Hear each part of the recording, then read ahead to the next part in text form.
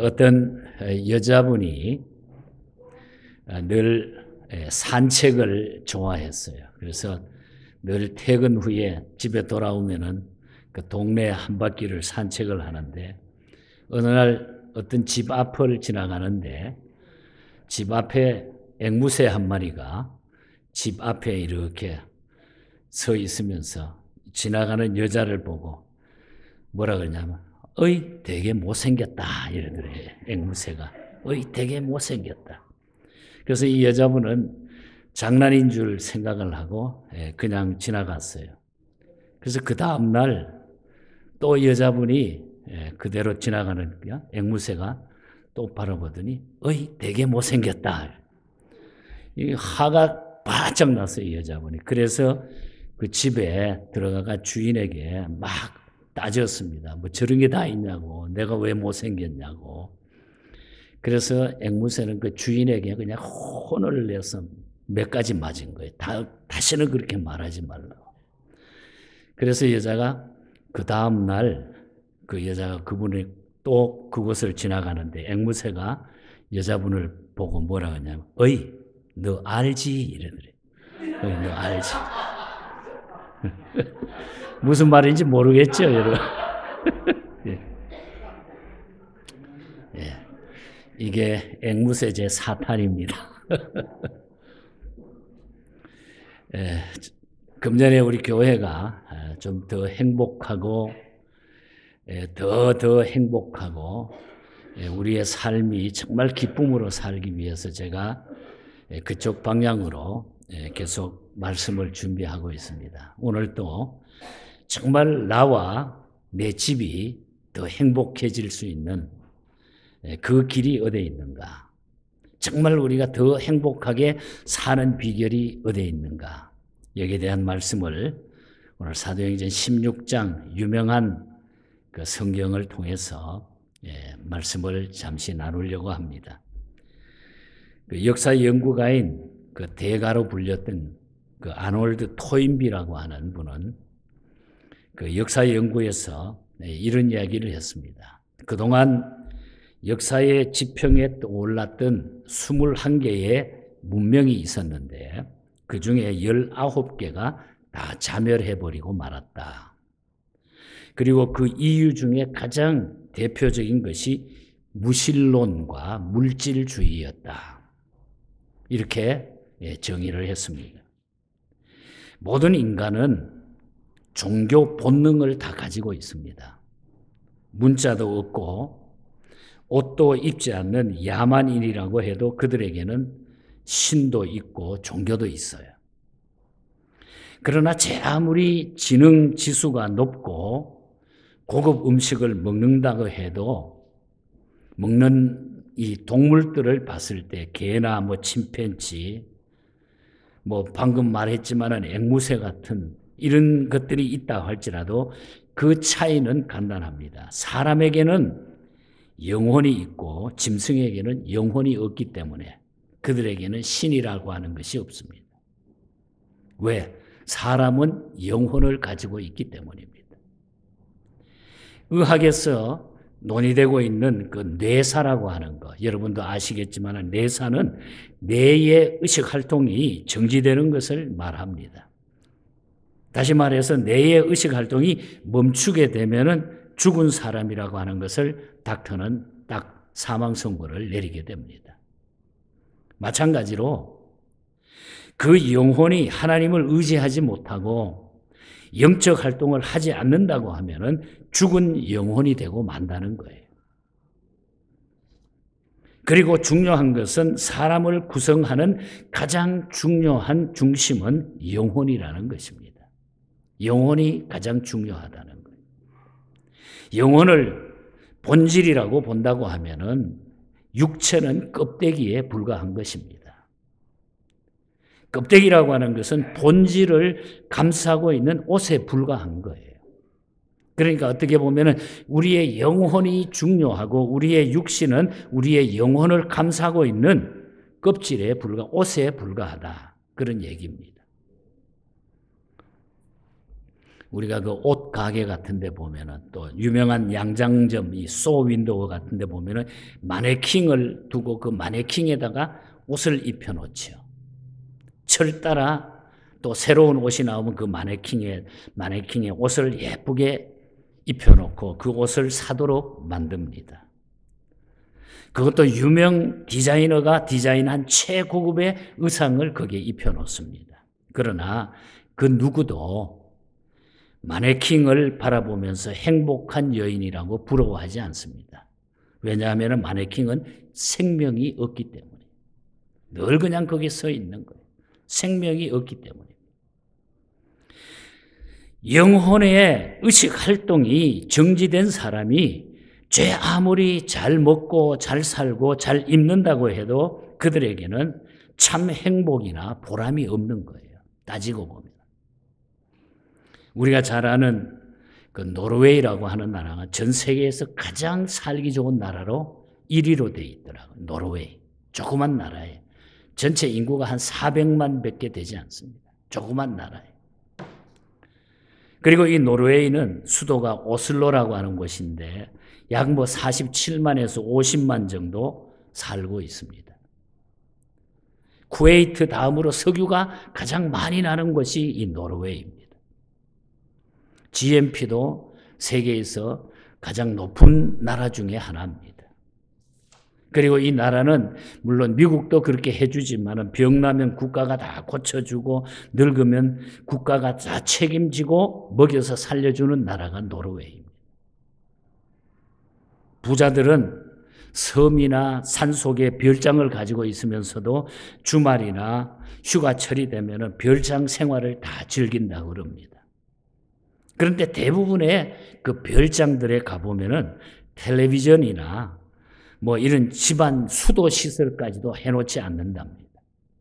나무 떼서 밥 해먹고 물도 밖에서 길어다 먹고 맨발로 다닌다는 겁니다.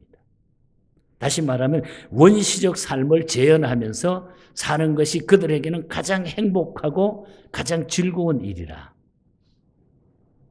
그런 것을 잡지책에서 제가 읽어본 적이 있습니다. 여러분, 잘 산다는 것은 편한 것입니다. 편하다고 하는 것은 정신적인 것이고 영적인 사건입니다. 다시 말하면 영혼이 편안해야 몸도 삶도 편안하게 된다는 거예요. 영혼이 편안해야.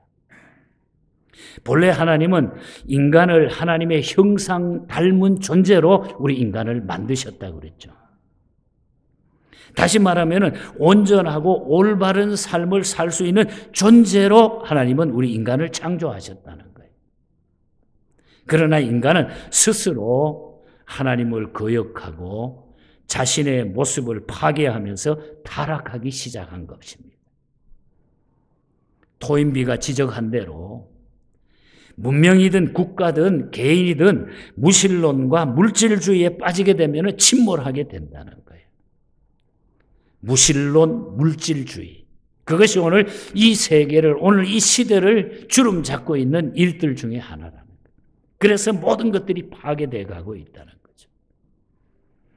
그 좋은 여러 가지 예를 들어보면 러시아 같은 나라도 그랬어요. 70년 동안 러시아를 지배해온 것은 무신론과 유물사관이었습니다. 러시아가 어떻게 됐습니까? 다 무너지지 않았습니다. 세계적인 문호 톨스토이 에브스키는 그런 말을 했어요. 하나님이 없으면 못할 짓이 없다. 그 말이에요. 하나님이 없으면 못할 짓이 없다는 거예요. 인간은. 하나님이 안 계시고 하나님을 믿지 않으면 사람은 할 짓, 못할 짓 다 한다는 거죠. 그렇지 않습니까, 여러분? 사람은 자기가 그래서 믿는 대로 행동하게 된다는 거예요. 믿는 대로. 나쁜 것을 믿으면 나쁜 짓을 합니다. 그러나 좋은 것을 믿으면 좋은 일을 하게 돼요. 그래서 건전한 종교와 건전한 믿음이 우리에게 중요하다는 거죠. 믿음이 중요하다는 거예요. 내가 무엇을 믿고 사느냐? 내가 무엇을 따라가느냐? 믿음이 중요하다는 거죠. 최근 의학계에서는 그 성령 수술을 잘못 받은 후에 괴사성 근막염 증세를 보이고 있는 환자 2명을 놓고 연구한 결과를 발표했습니다. 정확지는 않지만은 그 의학 잡지에서 이야기하는 것은 여러 정황으로 미루어 가지고 성형수술 부작용이라는 개연성이 높다는 조건을 발표했어요. 성형수술을 잘못했을 때에 나타난다. 그 모든 괴사성 근막염이라고 하는 그 병이 그렇게 나타난다는 겁니다. 물론 개연성이 높다는 소견 때문에 성급한 결론을 삼기는 어렵습니다만은, 그러나 확실한 것은 무엇인가 하니 하나님이 주신 본래의 것, 그것이 제일 좋다는 거예요. 하나님이 주신 본래의 것이 최고로 좋다는 거예요. 자의이든 타의이든 본래의 것이 무너지게 된다고 하면은 그 결과가 좋지 않다는 거예요. 본래의 것이 무너지면. 인간의 본래의 모습은 내 멋대로 사는 것이 아니었어요, 여러분. 내 멋대로 사는 것이 아니에요. 즉 순천자로 사는 것입니다. 무슨 얘기입니까? 그 모습, 문명, 문화, 과학, 경제, 학문이라는 조건 때문에 하나님의 형상대로, 하나님의 방법대로 살아가야 되는데, 뭐 문명이라든지 문화라든지 과학이라든지 경제적인 혹은 학문, 이런 조건 때문에 계속적으로 우리는 세상의 성령 수술을 받아 나오는 전혀 다른 이질적인 존재가 우리가 돼버리고 말았다. 세상에 휩싸여 가지고 우리의 영적인 모습이 이질적으로 돼버렸다는 거예요. 세상을 닮아가고 세상을 맞추어 간다는 거죠. 이 이질어진 나를 본래의 모습으로 회복시키는 것이 바로 기독교의 복음이라는 사실인 거예요. 기독교의 복음이 아니면 우리가 영적으로 다시 돌이킬 수 없다는 거예요. 돌이킬 수 있는 것은 바로 기독교의 복음밖에 없다는 거죠. 저는 이 말씀을 기억하면서 참 우리가 예수 믿는 것이 그래서 우리가 행복하다, 그 말에 행복하다. 오늘 읽은 성경 사도행전 16장 31절은 이렇게 말합니다. 주 예수를 믿으라. 그리하면 너와 내 집이 구원을 얻으리라. 이와 비슷한 말씀이 요한복음 3장 16절입니다. 하나님이 이 세상을 이처럼 사랑하사 독생자를 주셨으니 이는 저를 믿는 자마다 멸망치 않고 영생을 얻게 하려 하심이니라. 기독교의 복음의 진수가 이 두 성경 구절에 담겨져 있어요. 기독교가 강조하는 복음의 골자는 쉽고 아주 간단하다는 거죠. 고대 빌립보 교도소에 바울이라는 죄수가 수감됩니다. 저는 그곳에 가봤어요. 에베소의 그 빌립보에 가서 그 감옥을 한번 가봤습니다. 그 자리를 그대로 한번 봤어요. 이걸 상상하면서 이 말씀을 읽으면서 거기에 가서 그 장소를 한번 쭉 살펴봤어요. 죄명은 귀신 들린 소녀를 고쳐주었기 때문에 그 감옥에 갇히게 된 거예요. 그 점쟁이들이 고소를 한 거예요. 자기네가 먹고 사는 것이 밥통이 떨어지게 되니까 바울을 고소해가지고 집어넣은 거죠. 그런데 어느 날 교도소 소장이 죄수 바울을 향하여 내가 어떻게 해야 구원을 받을 수 있겠느냐 하면서 종교적 구원을 요청하게 되는 거예요. 그는 사회적 신분이 보장된 사람입니다. 부러울 것이 없는 사람이에요. 그에게는 정상적인 가정과 가족도 다 가지고 있었습니다. 정신 건강도 정상적이었습니다. 그러나 그도 역시 영혼의 문제에 대해서는 방법이 없었어요. 영혼에 대한 문제는 방법이 없었어요. 그래서 그는 어떻게 해야 내 영혼이 구원받고 사람답게 살 수 있는가를 물어온 것이에요. 영혼에 대한 그 갈증은 숨길 수가 없었다는 거죠. 그 물음에 대한 바울의 대답은 명료하였습니다. 그때의 대답이 바로 주 예수를 믿으시오. 그리하면 당신과 당신의 집, 당신의 가족이 구원받게 될 것입니다 하는 메시지가 바로 오늘 본문의 메시지죠.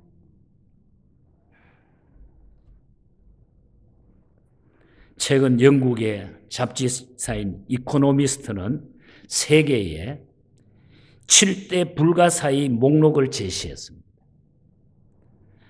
그 7가지는 다음과 같은 거예요. 첫째는 1971년 미국 인텔사의 데드호프가 발명한 마이크로 프로세스.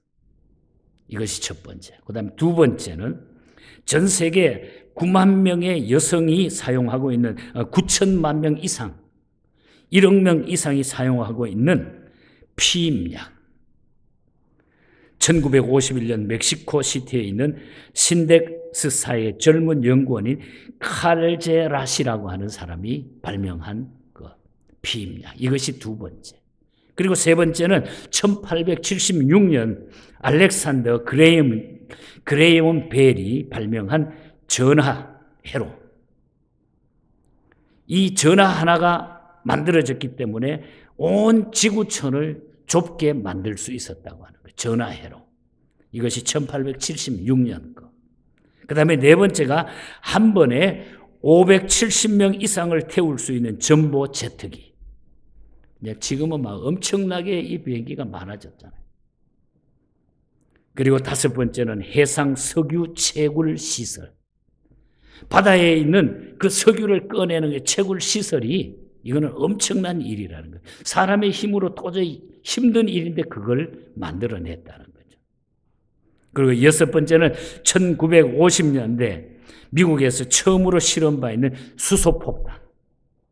이것이 지구와 인류를 파멸시킬 수 있는, 여기에 핵 개발의 역사가 그때의 미국을 통해서 이루어졌다고 하는 것. 그리고 일곱 번째가 1969년 7월 20일 오후 10시 18분 미국 우주선인 암스트롱과 올드린이 11호 아폴로 달에 첫 발을 내디딘 것. 그래서 그 후에 인류의 평화를 위해 가지고 이곳에 왔다 하는 것을 달나라에 남긴 이후에 달지기의 꿈이 계속 실현해가고 지금은 달나라 여행이 가능해졌다고 하는 것. 거기에도 땅이 있다고 하는 것. 이 등등을 7가지를 중요한 세계 불가사의로 이렇게 표현을 해놨습니다. 7대 불가사의와 인간이 만든 지식과 지혜의 산물, 엄청난 거죠. 생각해보면 엄청나고 대단한 일입니다. 그러나 더욱 불가사의한 것은 그토록 위대한 업적과 유산을 남긴 인간들이 해결하지 못하고 풀지 못하는 문제들이 너무나 많다는 것입니다. 그렇게 만들어 나가고 그렇게 모든 세계를 주름 잡고 해결할 수 있는 것처럼 살았지만은, 그러나 그렇게 된다 할지라도 풀지 못하는 문제가 너무 많다는 거예요. 우주선을 쌓아 올렸지만은 여객기 추락을 막지 못하고 있다는 거예요. 우주선을 쌓아 올렸지 여객기가 추락하는 걸 막지 못한다는 거예요. 그리고 생명공학을 발전시킨 인간들이지만은 죽음의 문제를 해결하지 못했다고 하는 거예요. 이 중요한 몇 가지 문제들을 인간이 아무리 풀어도 해결할 수 없는 문제라는 거예요. 오늘 성경을 보면은 두 종류의 인간의 모습을 우리는 보여주고 있습니다. 하나는 하나님을 향한 인간의 모습이에요. 하나님을 향한 인간의 모습. 그리고 다른 하나는 하나님을 등진 인간의 모습이에요. 하나님이 뒤에 있고 한 부류는 하나님이 앞에 있고 등진 모습, 그 다음에 앞을 바라보는 향한 모습. 그것은 마치 빛을 향한 모습과 빛을 등진 모습과 같다고 하는 그런 얘기입니다. 빛을 등진 얼굴은 어떻게 됩니까? 침울하게 돼 있어요. 빛이 뒤에 있으면. 그러나 빛을 바라보면 찬란하게 됩니다. 환하게 되죠. 하나님을 등진 인간의 삶은 정신적으로 한대 지방과 같습니다. 껌껌한 추운 한대 지방과 같은 거예요. 그래서 성경은 하나님을 바라보고 살 것을 강조하고 있다는 거죠. 교도소의 간수가 내가 어떻게 해야 구원을 얻을 수 있습니까? 내가 어떻게 해야 바로 살 수 있고 내 영혼의 이 갈증을 채울 수가 있습니까? 이 질문은 빛을 등지고 살았던 한 사람의 고뇌에 찬 그런 질문이라는 거예요. 껌껌하게 세상을 등지고 살 한 인간이 너무너무 고민 끝에 고뇌에 찬 절규가 내가 어떻게 해야 내 영혼이 구원받을 수 있느냐. 이 절규라고 하는 거예요. 절규. 그에게 바울은 주 예수를 믿으라 그리하면 너와 내 집이 구원을 얻으리라고 대답합니다. 우리는 이 짤막한 대답 속에서 다음과 같은 교훈을 발견합니다. 첫째는 구원의 가능성. 구원의 가능성. 예수를 믿으면 누구든지 구원받게 된다고 하는 구원의 가능성. 여러분, 직업이 무엇이며 신분이 무엇이며 나이가 몇 살이며 재산이 얼마며 학벌이 어느 정도인가 하는 것은 아무 상관이 없다고 하는 얘기. 나는 구원이 필요하다고 생각하는 사람, 정신이나 영혼의 문제를 해결할 수 없다고 생각하는 사람, 내가 어떻게 구원받을 수 있느냐고 문제를 제기하는 사람, 그리고 예수 믿기로 작정하는 사람이면 누구든지 구원받을 수 있는 가능성이 있다고 하는 거예요. 저는 여기에서 너무너무 감사하다는 거예요. 내가 예수 믿는다고 하는 것이 너무 감사하다는 거예요. 내가 예수를 믿을 수 있다고 하는 거예요. 믿고 있다고 하는 거. 이 구원을 내가 받았다고 하는 거. 이것은 세상에서 우리가 머리 짜내가지고 과학을 만들어내고 뭘 만들어내고 살지만은 아무 소용이 없지만은 그러나 우리는 영원한 삶이 우리에게 준비되어 있다고 하는 것이죠. 이거야말로. 그래서 우리는 이 구원의 가능성이 주어져 있다고 하는 것. 다른 하나는 구원의 연쇄성입니다. 내가 예수 믿고 구원받으면 그 영향과 변화 때문에 가족과 친척과 이웃과 친구들이 예수 믿고 구원받는 연쇄 반응이 일어난다고 하는 거예요. 그래서 이 본문의 간수는 자기 혼자 구원받은 게 아니라 자기 가족까지 다 세례를 받고 구원받게 됐다는 거예요. 구원의 연쇄성, 우리가 구원받은 자들을 통해 가지고 구원의 연쇄성의 역사가 일어나게 되어 있다는 거예요. 주의 복음은 지난 2월 달에 발렌타인스데이에 어떤 설문조사를 한 것을 제가 읽었습니다. 부부가 무엇인가를 묻는 어떤 설문조사가 있었는데 거기에 보니까 가장 많은 응답 순위는 이와 같이 나다. 부부라고 하는 것은 함께 사는 사람, 두 번째는 함께 가는 사람, 세 번째는 함께 나누는 사람, 그리고 네 번째는 사랑하는 사람, 그리고 다섯 번째는 서로를 보완하는 사람 등 이런 순서로 부부라고 하는 정의를 내려놓은 것을 봤습니다. 그렇습니다. 여러분, 가족이나 부부란 함께 살고 가고 나누고 보완하는 관계가 우리가 부부요, 가족이요, 우리가 예수 믿는 사람의 삶이라는 거예요. 그리고 가장 소중한 것은 사랑과 믿음을 나누며 사는 것이라는 거예요.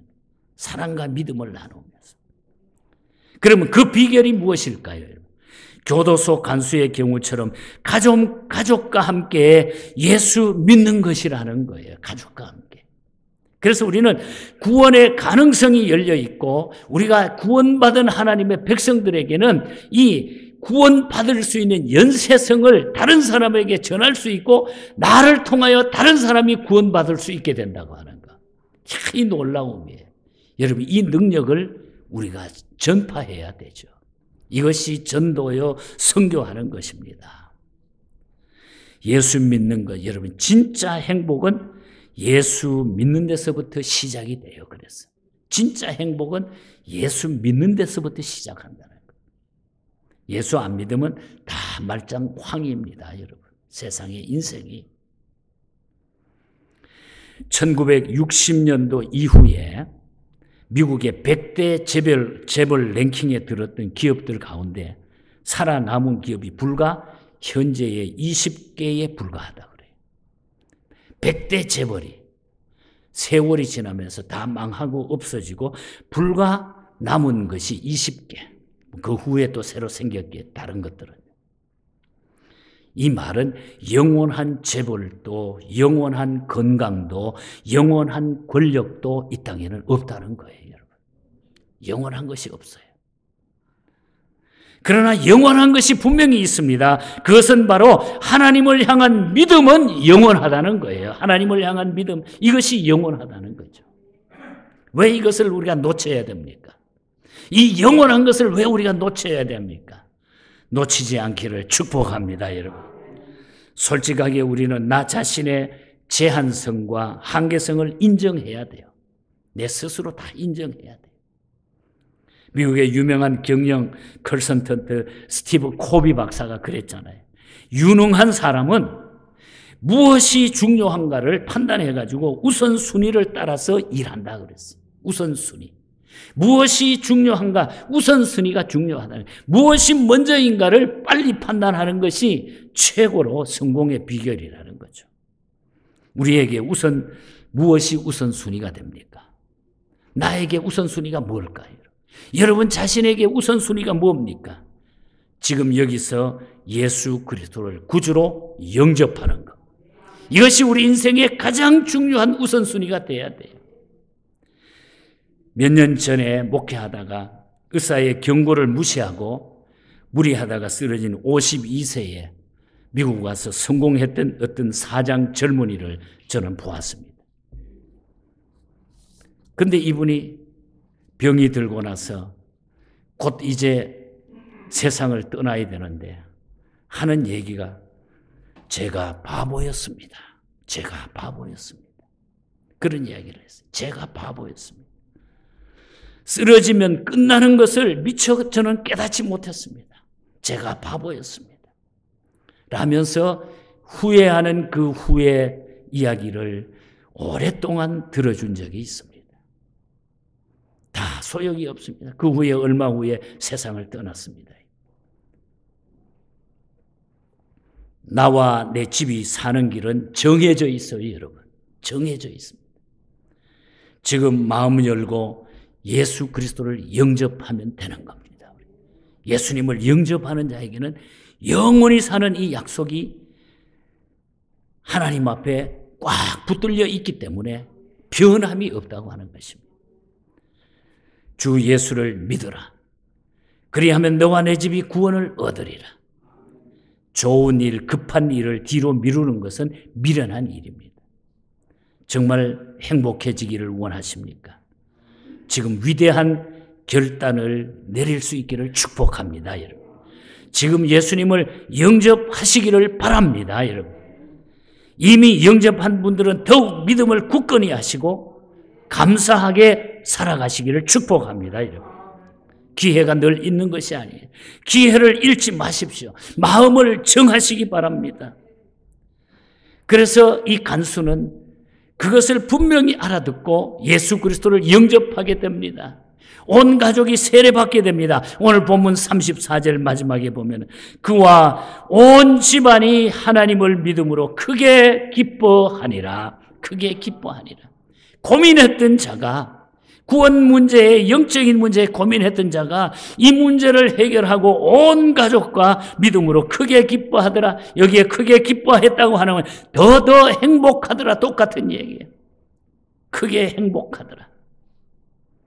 기회를 잊지 말고 마음을 딱 정해놓고 살아가시기를 바랍니다, 여러분.